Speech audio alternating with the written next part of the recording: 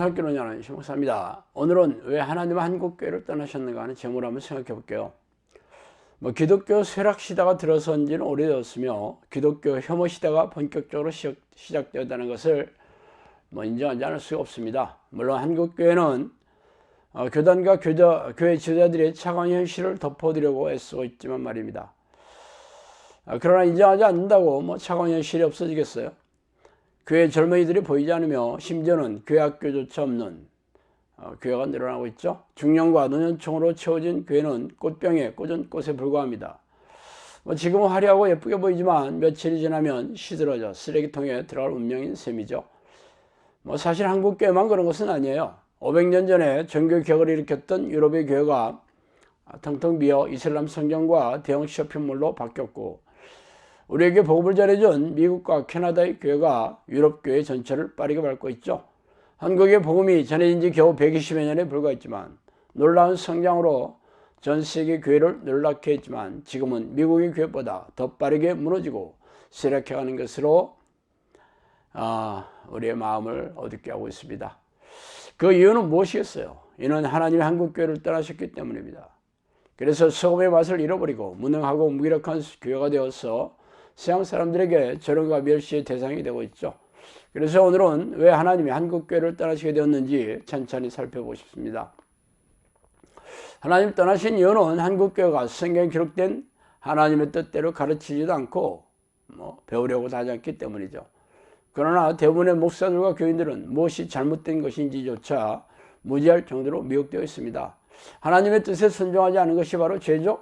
성경에서 말하는 죄란 현행법을 위반하였거나 비도덕적인 것만을 말하는 것은 아니라 하나님이 싫어하는 성품과 생각, 말과 행동을 총망라하는 그런 단어가 죄예요. 그러므로 하나님이 싫어하는 죄를 미워하며 싸워 이기거나 피치 못하게 넘어졌다면 철저하게 회개하여 용서를 받아야겠죠. 그러나 안타깝게도 한국교회에서 죄와 회개에 대한 메시지를 거의 들어볼 수가 없습니다. 왜냐하면 교인들이 싫어하기 때문이죠. 그러나 더 안타까운 것은 교인들의 눈치를 보며 생업을 이어가는 목사들이 대부분이라는 것입니다. 그렇다면 왜 이런 일이 한국교회에 생겨난 것일까요? 1990년대 이후로 한국교회 교인 수는 정체되기 시작하다가 2010년 이후로 가파르게 줄어들고 있습니다. 반면 신학교 졸업생 수는 기하급수적으로 늘어났죠. 기존에 수십만 명의 목사에다가 매년 10,000명 가까운 신학생의 졸업생에 쏟아지고 있어요. 이미 사역하는 교회가 없는 무임 목사들도 허다하지만 전국에 8만여 개가 넘는 교회의 80%가 정부 기준 기초 생계비를 받지 못하는 극빈층의 목회자들입니다. 사정이 이런데도 교인 수는 큰 폭으로 줄어들고 있는데 목사 수는 여전히 늘어나고 있다는 것이죠. 이는 그동안 교단에서 교세를 넓히려는 목적으로 수많은 신학생들을 무작위로 양성해왔으며 목회자가 되는 게 최고의 소명이라는 그릇된 인식으로 정규신학교는 물론 무인가 신학교에서 손쉽게 목회자를 양산하고 목사가 되는 풍토가 이루어졌기 때문이죠. 그 결과 양산된 목사들은 과도한 경쟁과 형편없는 자질로 인해 대다수의 목사들이 비참한 현실에 처하게 된 이유입니다. 인자야 내 민족이 담곁에와 집 문에서 너에 대하여 말하여 각각 형제와 더불어 말하여 이르기를 자 가서 여호와께로부터 무슨 말씀이 나온지를 들어보자 하고 백성이 모이는 것 같이 내게 나오며 내 백성처럼 내 앞에 앉아 내 말을 들으나 그대로 행하지 아니하니 이는 그 입으로는 사랑을 나타내어도 마음으로는 이익을 따름이라. 그들은 내가 고운 음성으로 사랑의 노래를 하며 음악을 잘하는 자같이 여겼나니 내 말을 듣고도 행하지 아니하거니와 그 말이 응하리니 응할 때는 그들이 한 선지자가 자기 가운데 있었음을 알리라. 에스겔 33장 30절에 33절 말씀입니다. 때가 이르리니 사람이 바른 교훈을 받지 아니하며 귀가 가려워서 자기 사육을 따를 스승을 많이 두고 또 그 길을 진리에서 돌이켜 허탄한 이야기를 따르리라. 디모데후서 4장 3, 4절이죠. 그렇다면 대형교회나 소금의 교회나 교인들이 좋아하고 선호하는 목사가 되어야 목회직을 유지할 수 있는 상황에 놓이게 되겠죠. 어렵사리 개척하여 소규모의 교회를 유지하는 목사들은 그 교인들이 금싸라기처럼 소중하게 여길 것이며 중대형 교회 단임 목사로 청병을 받아간 목사들이라도 교인들의 눈치를 보지 않을 수가 없습니다.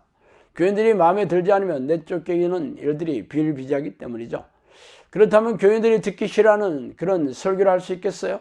목사들마다 경쟁적으로 교인들이 좋아하는 감동을 줄 수 있는 은혜로운 말씀을 앞다퉈 쏟아붓고 있죠. 그런데 어느 목사가 감히 교인들이 듣기 싫어하는 죄의 지적이나 회개를 촉구하는 설교를 하겠어요? 제 주장이 믿겨지지 않는다면 세간에 이름난 대형교회 담임 목사나 유튜브 채널에서 유명 강사들의 설교를 들어보세요.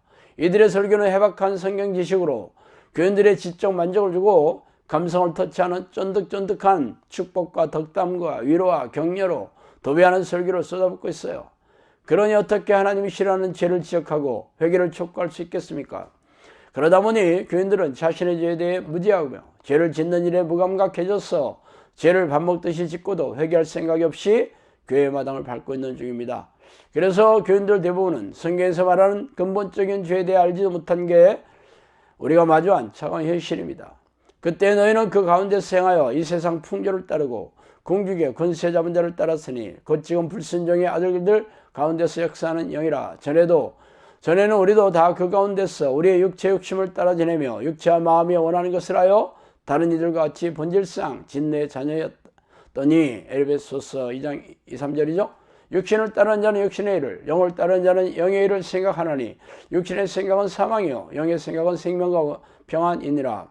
육신의 생각은 하나님과 원수가 되나니 이는 하나님의 법에 굴복하지 아니할 뿐 아니라 할 수도 없음이라. 육신에 있는 자들은 하나님을 기쁘시게 할 수 없느니라. 로마서 8장 5절에서 8절입니다. 결국 현대교회 목사들은 부와 명예를 위한 목회 성공을 목적으로 교단에 서며 교인들은 세속적인 축복과 성공을 얻으려고 예배의식에 참석하고 각종 희생적인 신앙행위를 하고 있으며 자신이 죄인이 되어 마음과 육체가 원하는 대로 행하는 하나님의 원수로 살면서 교회 마당을 밟고 있으니 하나님이 어떻게 한국교회에 머무르실 수가 있겠습니까? 이는 목사들이 벙어리 개가 되어 죄를 지적하며 회개를 촉구하지 않으며 교인들도 그런 목사들을 싫어해서 교회에서 쫓아낸 대가를 심판날에 받게 될 것이 불보듯 하는 일입니다. 자, 오늘은 여기까지 하겠습니다. 감사합니다.